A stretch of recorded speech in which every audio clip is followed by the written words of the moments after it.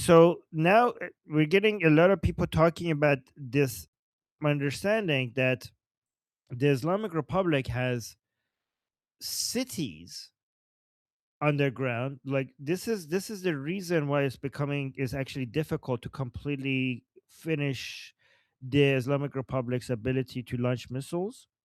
So let me read this because they have okay, let me read this. The criminal officials of the Islamic Republic seized the people's money and waters of the central Iranian region, including Zoya and the Rud, and transported them to the granite. Wait, hold on. How do you pronounce this? I know what this is in Persian, Granite. but granite, right? Granite. It's a type of stone. Yeah, granite mountains of Yaz in central Iran. Yeah, so guys, these are types of mountains that like these forms before there were mammals on the planet. So these granite mountains, this is why it's so hard to go through them because they have been here for a long time.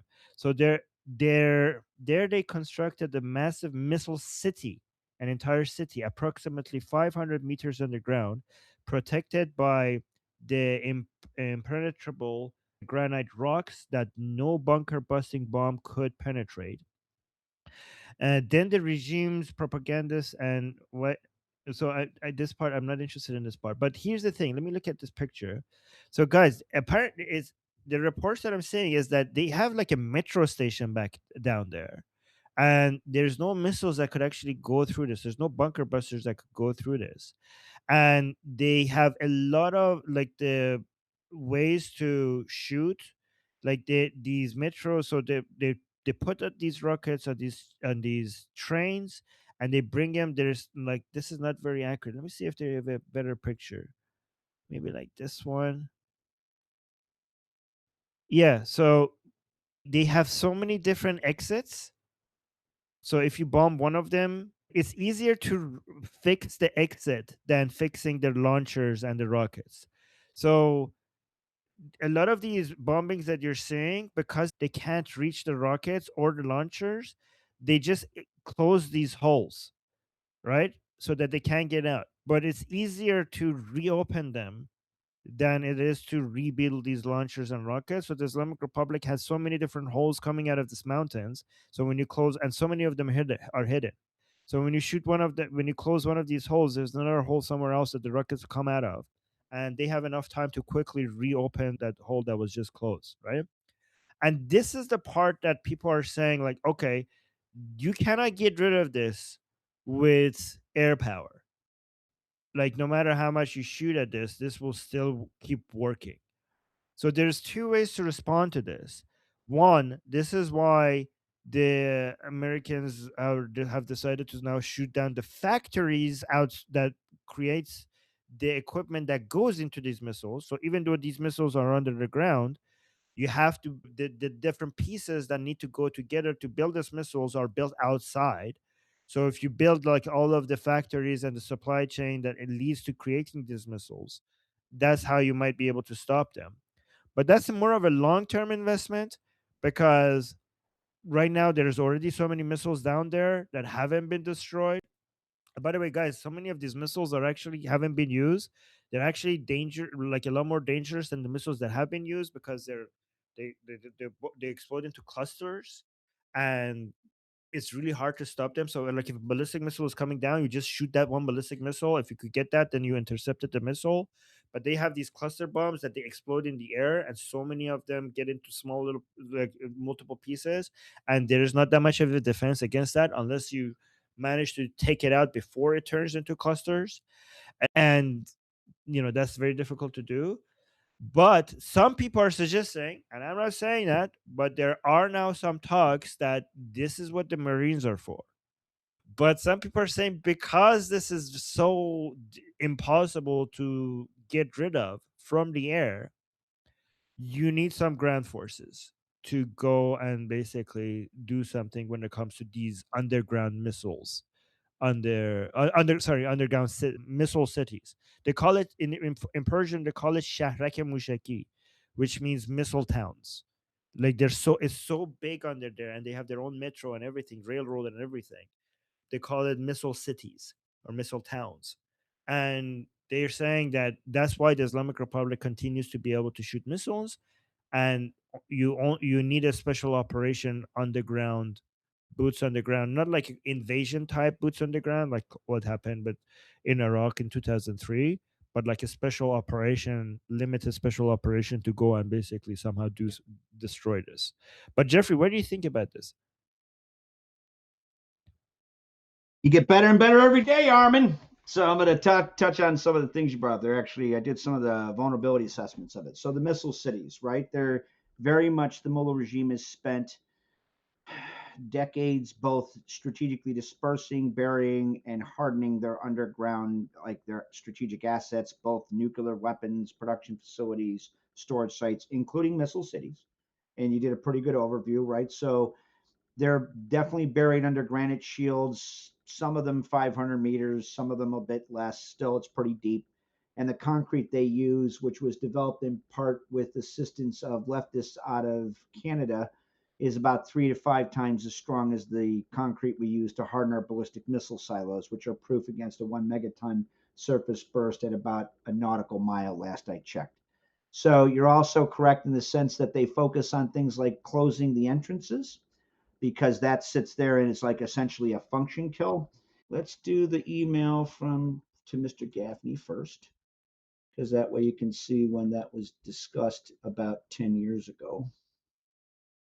Let's see, window. There it is. So there it is. I'm going to go to the next one. Let's see. Wait a minute. Give me 1 second. Oh my God. Not that one. Here, hold on. So that was the email. You could see this. You could see the date, and you could see right there how Iran learned to make ultra-hardened concrete to fortify nuclear weapons production and storage facilities. That was like back in 2012, just to let you know. So let's take a look at some of the threat assessments now. I can do this, although I can't show you the specifics. So let me just go to that. Give me 1 second. Let's take a look here. Yeah, there we go. Wait a minute. So this is when we were looking at Fort Al. So where it's buried, there's a couple of key issues. One was digging with bombs with massive ordnance penetrators, robust nuclear earth penetrators, which was actually canceled by Democrats in 2007, douchebags that they are. MOP scale nuclear penetrators, including kinetic energy rods from God, so kinetic energy bombardment from orbit with the help of Elon Musk. It kind of goes through some of the things. Sub T. So here's the reason why I wanted in denial of tunnels. So I'm going to go to the summary table. Can you see it? Can you see it? All right. So there's Well, some of the it's main. you could I mean, because the text, Jeffrey, because the text is so small, you don't have to share the screen. You could just explain it to us because it's really hard to read such small text on the. How about that? Oh, there we go. Okay. Yeah, okay, sure. That's See? good.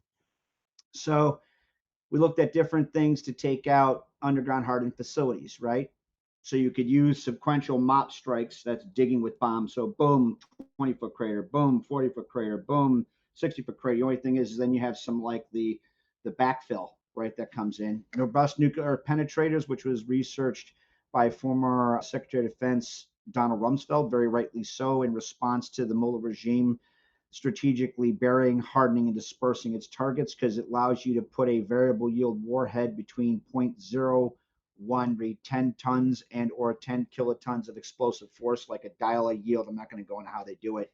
The reason that's helpful is you get to allocate more of the casing to hardening, which means you can penetrate deeper and you can get more bang for a given amount of bucks. So size, weight, yield, that kind of thing. You can use a mop hybrid, like, nuclear penetrator. We actually looked at rocket assisted mops.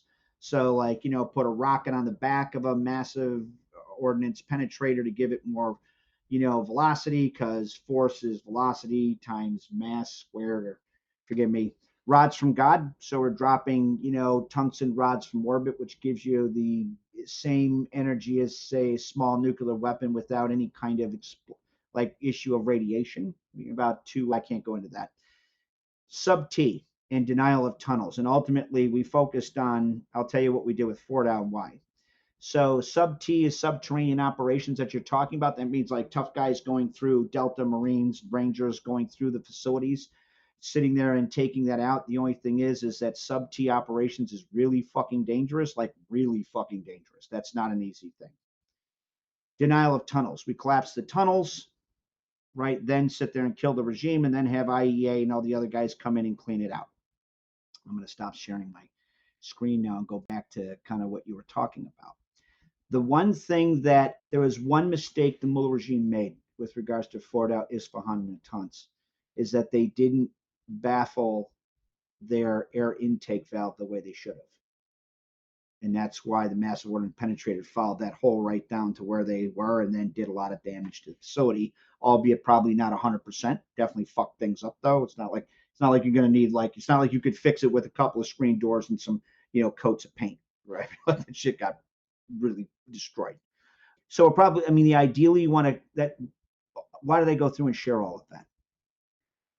To kind of underwrite why your assessment's pretty spot on, right? You either collapse the tunnels so that way they can't use them, right? Functional kill. It's called a function kill. And then destroy the manufacturing capabilities so they can't produce anymore, at least indigenously, although they'll get missiles from North Korea, Putin's criminalized contest, Chi-Coms. That's actually happening now. And then, remove the regime and then be able to go through at leisure to sit there and deconstruct all this horrible shit they were building at the cost of Iranian people. So there was one other thing. Give me a second. I'll come back to it. Forgive me. At least that kind of gives you some overview of what you were talking about. Right. Hopefully that helps. All right. I will call myself next and you can come back to it. Wait. So cluster munitions, right? So you're right that cluster munitions makes it more difficult for, missile defenses or integrated air missile defense because the cluster munitions disperse and then you have these 80 like bomblets generally. If you want to shoot like a $3 million missile per bomblet, you just get bled out of interceptors. That's one of the reasons why me and other guys push for direct energy based defenses, which is now being including rotor ring and fixed wing aircraft with high energy lasers and on-site artificial intelligence via neuromorphic edge computing to sit there and be able to shoot them down, even the cluster munitions for a nickel. So we're in the process of doing that. All in all, very well done, Armin.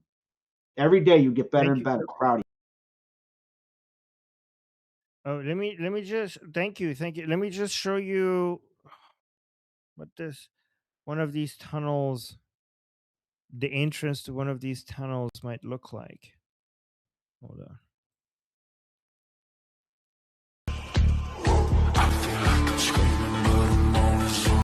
Wait, I don't need to. I don't think we need the music here. So, this is what one of these entrances might look like.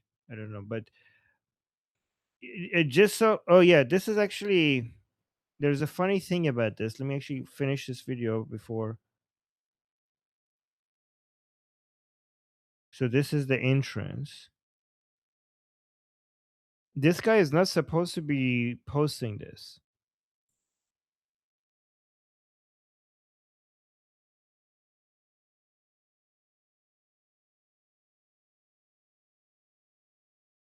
So this is the entrance. This guy got in trouble for posting this. They had this contractor that his specialty was like doors and stuff, right? And the guy who was building it recorded this as an ad for his services and he posted it on Instagram. Isn't this supposed to be top secret? And the guy got in trouble for this video because he was marketing his services by posting this on Instagram. And yeah, this is a specialty. And like you're doing a military contract, you're not supposed to show how the entrance is. He basically this is supposed to be one of the most important state secrets.